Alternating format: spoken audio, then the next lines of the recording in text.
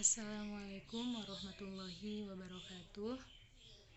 Salam sejahtera untuk kita semua. Di pertemuan hari ini, Ibu akan membahas materi bab 1, kasus-kasus pelanggaran hak dan pengingkaran kewajiban warga negara. Tapi, sebelum Ibu menjelaskan atau membahas kasus-kasus pelanggaran hak dan pengingkaran kewajiban warga negara, terlebih dahulu Ibu akan menjelaskan makna atau pengertian dari hak warga negara dan juga pengertian dari kewajiban warga negara. Setelah kalian menonton tayangan video ini, Ibu berharap kalian memahami apa itu makna atau pengertian dari hak warga negara dan juga kewajiban warga negara. Makna atau pengertian hak warga negara. Menurut Profesor Dr. Notonegoro, hak adalah kuasa untuk menerima atau melakukan sesuatu yang semestinya diterima atau dilakukan oleh pihak tertentu dan tidak dapat dilakukan oleh pihak lain yang pada prinsipnya dapat dituntut secara paksa olehnya. Kata kuncinya, menurut Profesor Dr. Notonegoro, diterima atau dilakukan. Jadi sesuatu yang harus diterima ataupun dilakukan oleh seseorang. Kemudian, warga negara pengertiannya adalah seseorang yang mendiami suatu wilayah yang keberadaannya diakui oleh pemerintah atau negara. Itu pengertian dari warga negara. Jika digabungkan pengertian hak dan juga pengertian warga negara, secara singkat adalah segala sesuatu yang harus diperoleh warga negara dari pemerintah atau negara. Menurut Jimli Asidiki, pengertian hak warga negara itu berbeda dengan pengertian hak asasi manusia. Kenapa berbeda, Bu? Padahal sama-sama hak. Tapi kok berbeda? Hak warga negara, seseorang menerima sesuatu itu dengan bersyarat. Syaratnya apa, Bu? Harus diakui keberadaannya oleh negara.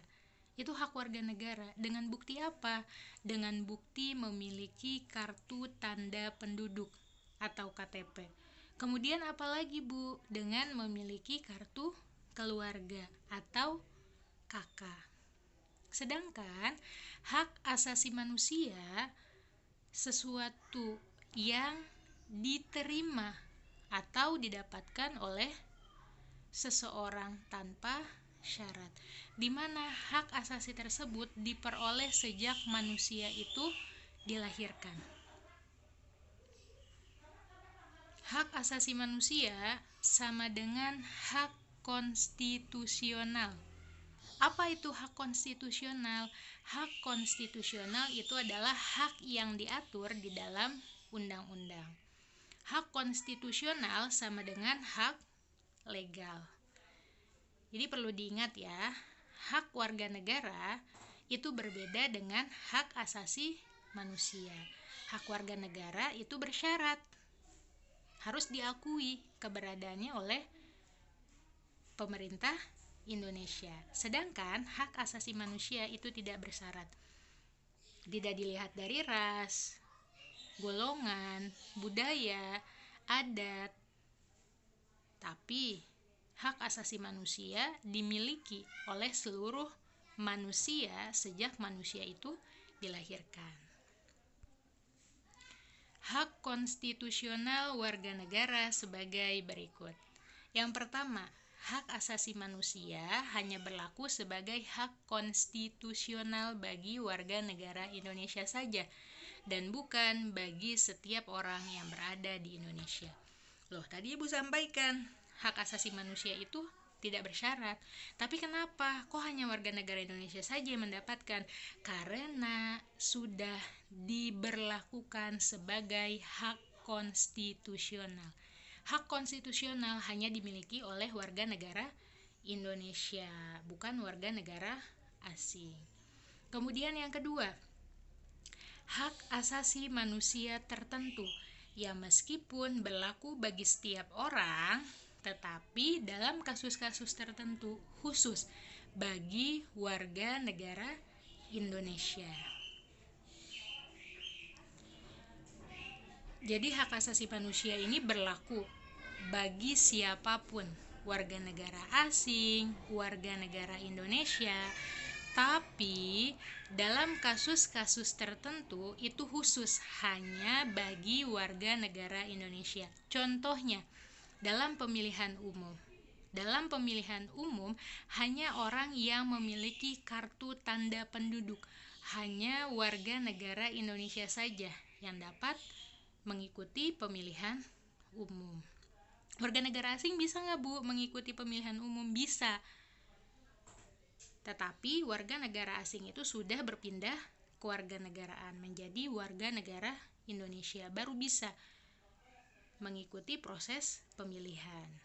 Kemudian yang ketiga, hak warga negara untuk menduduki jabatan-jabatan yang diisi melalui prosedur pemilihan, baik pemilihan secara langsung maupun pemilihan secara tidak langsung.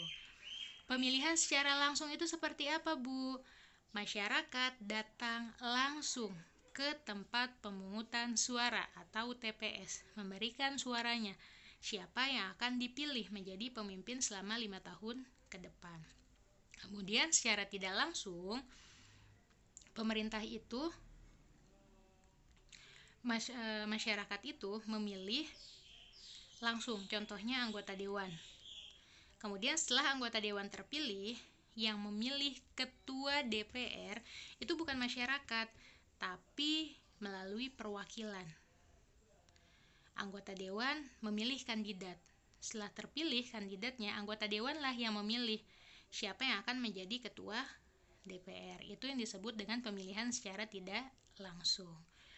Kemudian yang keempat, hak untuk melakukan upaya hukum guna melawan atau menggugat keputusan-keputusan negara yang dinilai merugikan hak konstitusional warga negara bersangkutan.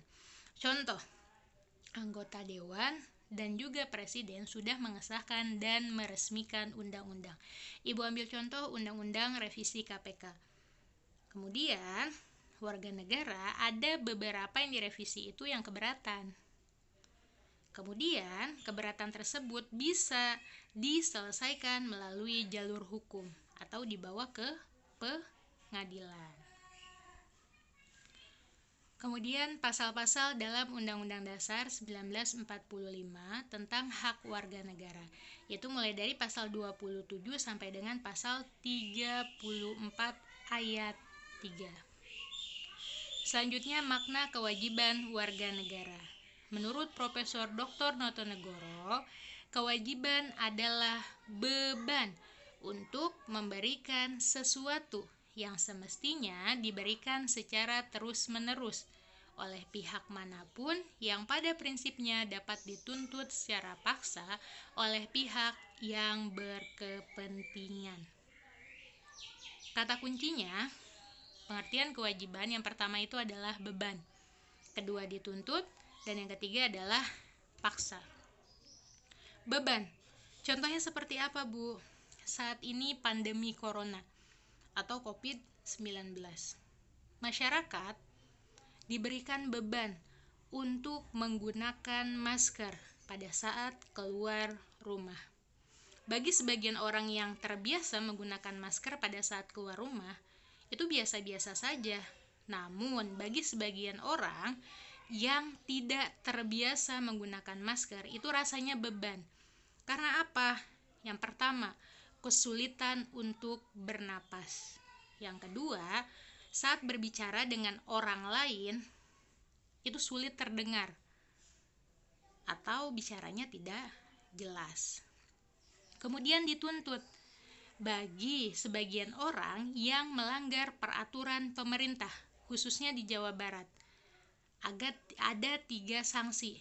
Sanksi yang pertama, ditegur dengan lisan ataupun tulisan. Sanksi yang kedua yaitu dikenakan denda mulai dari 100.000 sampai dengan 250.000. Sanksi yang ketiga, diminta untuk membersihkan fasilitas umum. Contohnya, menyapu jalan raya atau membersihkan taman kota. Karena ada tuntutan, karena ada sanksi, akhirnya masyarakat mau, tapi semua itu harus dipaksa. Kalau tidak dipaksa, tidak ada sanksi, pasti masyarakat, warga negara, manusia enggan untuk menggunakan masker. Jadi secara singkatnya, kewajiban itu adalah sesuatu yang harus dilakukan oleh warga negara. Sedangkan hak warga negara itu adalah sesuatu yang harus diterima atau didapatkan oleh warga negara. Kemudian pasal-pasal dalam Undang-Undang Dasar 1945 tentang kewajiban warga negara. Ini hampir sama, pasal-pasalnya sama seperti hak warga negara, yaitu mulai dari pasal 27 sampai dengan pasal 31 ayat 2. Silahkan kalian perhatikan gambar di atas. Ini adalah penampakan pengguna roda 2 atau sepeda motor yang melanggar rambu lalu lintas. Seharusnya para pengguna motor ini berhenti tepat di belakang zebra cross, karena fungsi dari zebra cross adalah untuk penyeberang jalan. Tapi pada kenyataannya sebagian besar si pengguna ini berhenti pas di zebra cross dan bahkan di depan zebra cross. Ini salah satu tindakan warga negara atau masyarakat hanya mau haknya dipenuhi, tapi mereka melupakan kewajibannya. Apa kewajibannya? Memberikan jalan kepada penyeberang jalan. Haknya sudah dipenuhi, boleh menggunakan jalan raya, tapi kewajiban orang lain tidak dipenuhi. Sekian materi pada pertemuan hari ini. Kurang dan lebihnya Ibu mohon maaf. Wassalamualaikum warahmatullahi wabarakatuh.